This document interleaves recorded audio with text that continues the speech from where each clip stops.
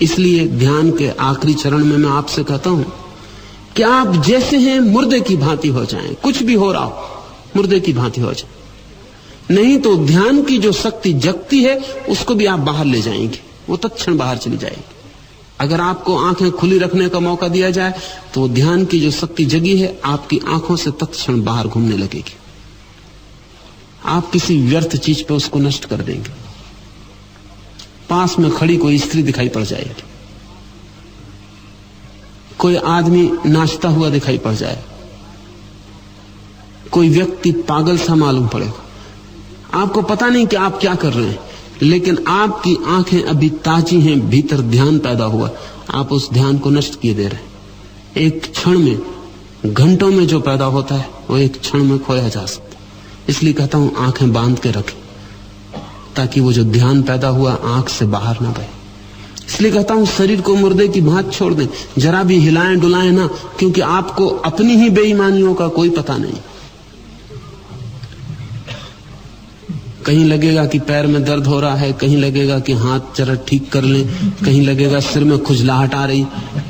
अगर आ भी रही है सिर में खुजलाहट तो 10 मिनट में क्या बिगड़ने वाला, जिंदगी पड़ी है, खुजला लेना। और अगर 10 मिनट पैर में थोड़ी तकलीफ भी हो रही है तो क्या बिगड़ा जा रहा है, कोई मौत नहीं आ जाएगी। और अगर एक चींटी पैर पे चढ़नी शुरू हो गई तो क्या बिगाड़ लेगी, काट ही सकती है।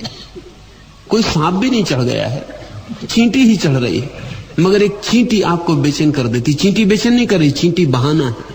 आपके भीतर जो ध्यान की शक्ति पैदा हुई वो कोई भी बहाने बाहर बहना चाहती। आप हाथ से चींटी को हटा लेंगे, आपको पता नहीं कि उस हाथ की उस छोटी सी हरकत में आपने ध्यान बाहर भेज दिया।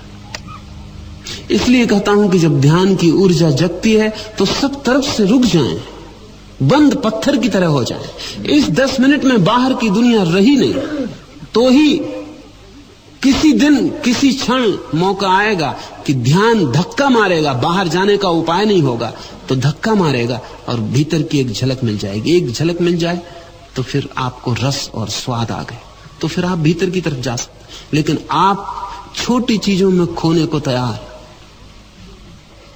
बहुत क्षुद्र चीजों में अगर सोचेंगे तो आपको भी लगेगा कि क्या क्षुद्र बात थी, इसमें खोने जैसा क्या था।